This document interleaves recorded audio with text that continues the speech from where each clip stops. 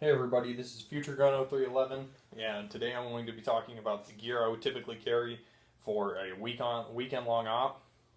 And this is just the shit that I would carry, why I would carry it. This could definitely be used in a shit it's the fan situation or sort of a bug out bag thing.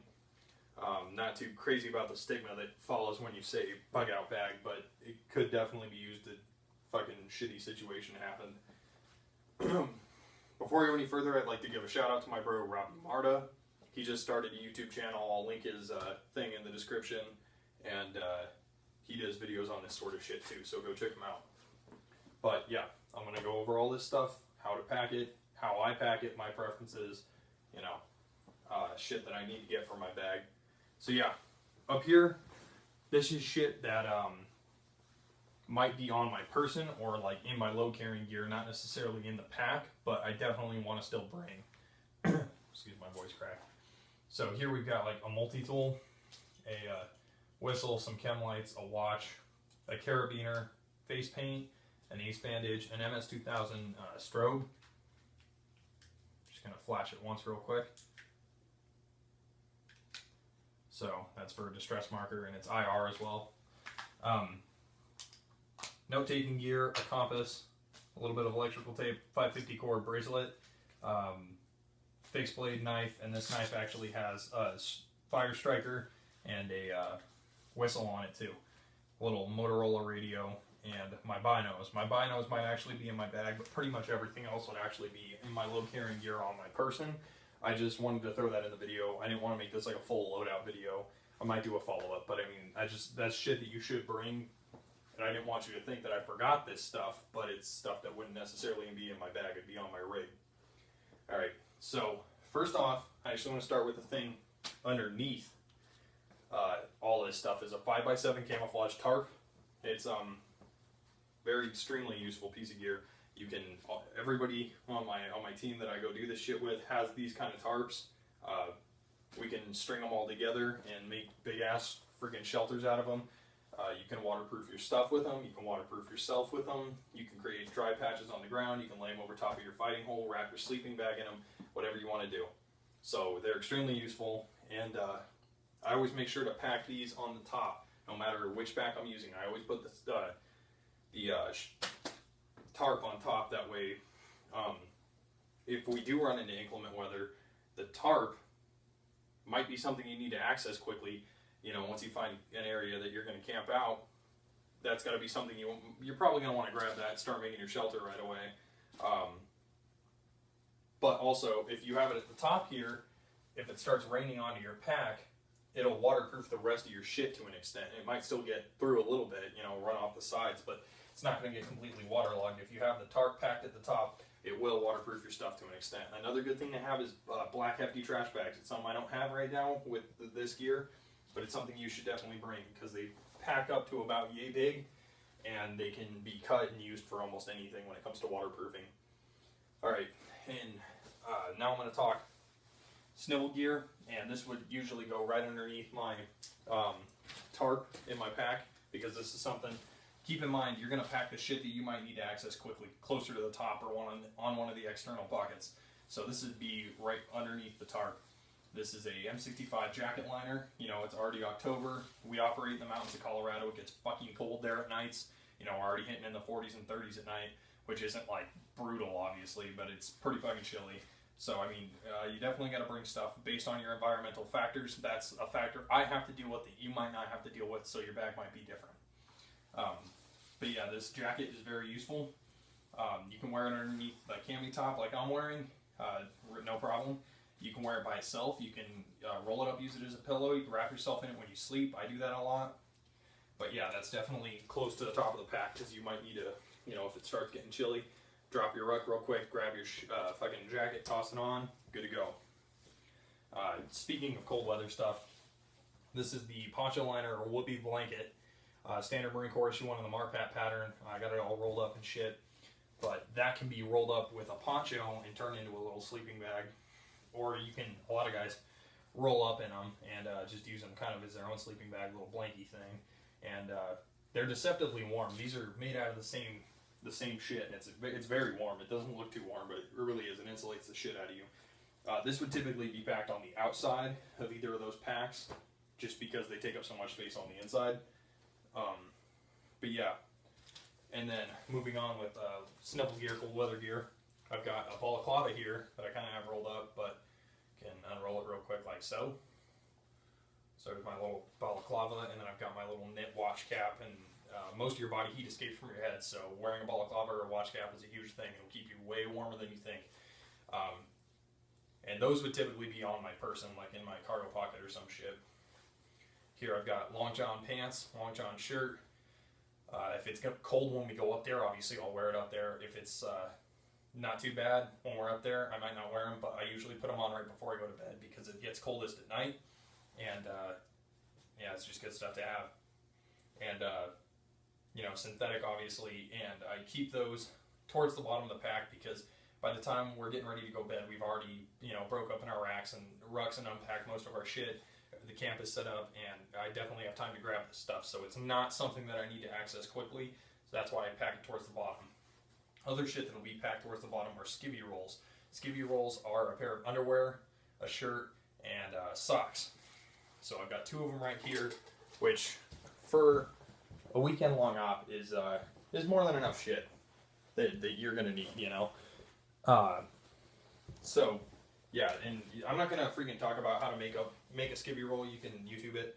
My brother showed me how to do it because he was in the Marine Corps, and yeah.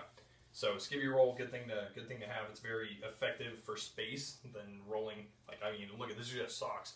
Takes up almost the same amount of space. So these are just boot socks. These are synthetic wool socks. Once again, getting into a little bit cold weather. It's getting a little chilly here, so I made sure I want to have these. Yeah, just in case your feet get wet or whatever, it's always good to have backup pairs. These really, for a weekend long off, you honestly don't necessarily need a skivvy roll, but if we do anything longer than a weekend, it might be nice to have one, just to keep your shit fresh. Also, for the survival thing, you don't know when you might have a chance to fucking change into some fresh skivvies, so it's nice to have a couple of those with you. And then socks are a must, you know. Take care of your feet. Dry and warm feet are happy feet. Gold bond powder and socks, huge thing, man. Whenever you get a chance, you should stop and dust your feet with powder. You know, change your socks whenever you get a minute. For sure, you should definitely be changing your socks every day, maybe even more than that, depending on how much your feet are sweating and how much you're hiking. Very, very important.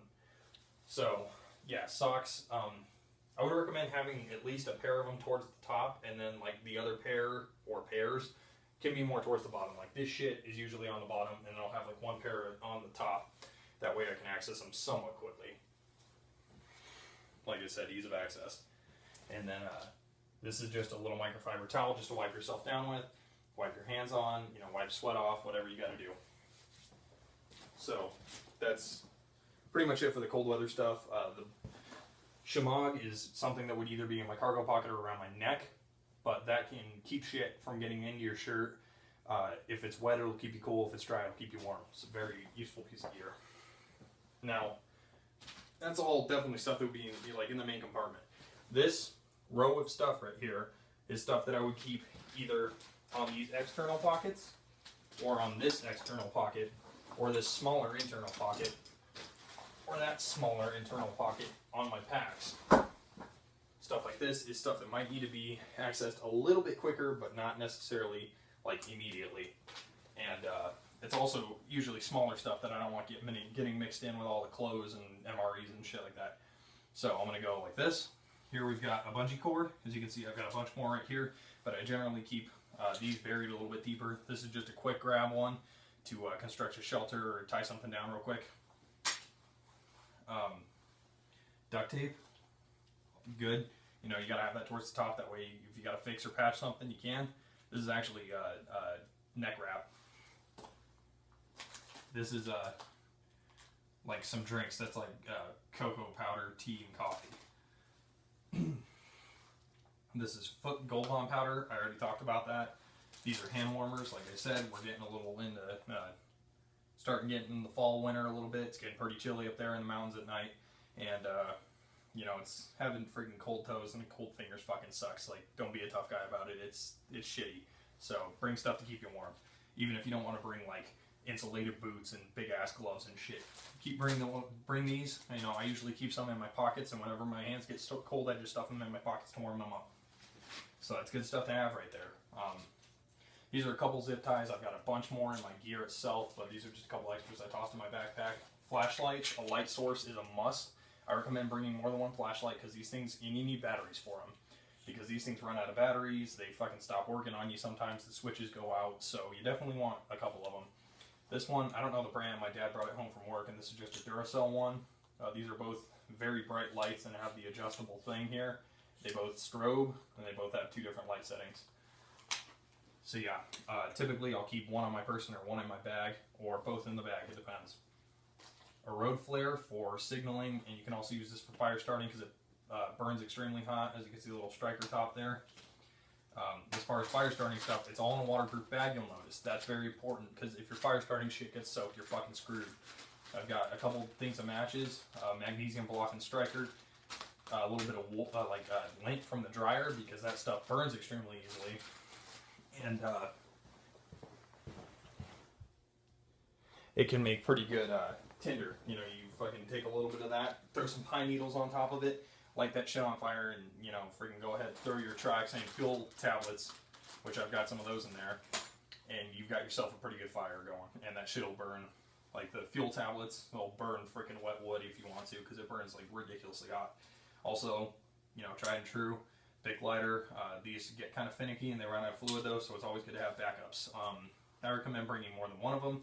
This would usually just be in my pocket, but bring a couple of them, and also have, you know, matches and shit, just in case anything happens with the lighters. Now, hygiene gear. Hygiene is actually important. You might not think, like, oh, well, you know, you don't fucking need to, like, brush your teeth and shit when you're in the field. You really do. You should. It's a big morale thing. When you feel clean, you feel, like, refreshed and ready to go. So, I have nail clippers, because hangnails are a bitch. They get caught in your gloves and stuff like that. A toothbrush and some toothpaste in the little baggie here. You know, it helps just being able to brush your teeth when you get up in the morning. You feel refreshed and ready to take on the day. Q-tips, just to keep your ears clean. And you can also use them to clean your fucking gear. Couple wet naps, a little mini bar of soap. Wet naps, wipe down your body real quick. The bar of soap, if you have a chance to use it, it's pretty good. Carmex, you know, if your lips get really chapped and start cracking and bleeding, that can be a problem. So make sure, you know, that's a good thing to have. Water source, we're going to talk about that now. This gets a little bit more into the survival thing and a little less into the off sort of thing. This is a life straw, and it can be used to purify water, as well as these water purification tablets here. I also, if you notice, have a canteen cup to boil the water if I need to. So, of course, like in a survival situation, shit hits the fan, bug out sort of thing, you don't, you know, you're going to bring as much water as you can, but you don't know where your next viable source of water is going to be. Therefore, you need to have a fucking method of purifying water, bottom line. You know, I bring my 2 canteens, and I believe a quart is roughly a liter, so that's 2 liters of water, and 3 liters in the Camelback, and I always make sure to stuff a couple little, like, you know, bottles of water that you buy at, like, Walmart or whatever. I stuff them in the extra space in the bag or in my cargo pockets, or we leave them in the truck or at base or whatever. And then I've got more, but yeah, water fucking important. And then I got more bungee cords right there. Oh, also toilet paper, you know, that's important. You fucking out there for a couple days, you're gonna have to shit, and if you're gonna have to shit, you're gonna have to have something to wipe with.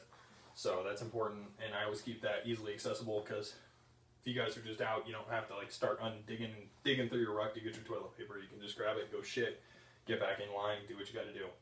Now, food is the next thing I'm going to talk about. This would be packed about in the middle section of my ruck, above the clothes and shit like that, but below the jacket and the tarp and shit. So we've got trail food, and then we've got food. So trail food, I got sunflower seeds, some like cashews, Hershey's bar, just a little snack, and some of these like Velveeta bars. They're little like granola bar things. Also like beef jerky, granola, that sort of thing works too. This is just what I personally have. And then that's important, because this staves off the hunger between meals. You don't want to start digging into your actual food and fucking depleting your food source, because it ain't gonna last forever. So you definitely gotta have trail food. Like I said, it staves off the hunger, and it really increases your combat effectiveness and how long you can operate for. Then food, which for me is MREs. Some people prefer canned shit. Some people prefer the Mountain House food. I like MREs. So, well, I mean, I don't really like them, but it's what I prefer. These are all field stripped. I've got a video on that if you want to go watch it. Some of them have the accessory pack, some of them don't. It's whatever. For a 2-day op, 4 or 5 MREs is more than enough food, especially when you have trail foods. You know, because like if we're up there Saturday, Sunday, say, you have one Saturday morning, Saturday night, Sunday morning, Sunday night, with trail food in between, and then an extra MRE kind of as an outlier. You don't even need to bring that because MREs take up space. But it's something that you might want to bring. It's up to you. But yeah, food's obviously important. Water's more important, but food's important too. So, yeah, that's pretty much it for food. Don't really have anything else to say about it. Make sure you don't bring fucking perishable shit. Don't be that guy that's bringing like freaking all kind of weird crap that's gonna like go bad. Don't bring like a fucking ham sandwich on an op. It's gonna fucking spoil and all your shit's gonna stink. And also be careful when you're packing your MREs, because I don't know if any of you have ever had an MRE explode on you, but sometimes when you pack them and then put something on top of it just right, it fucking makes a mess.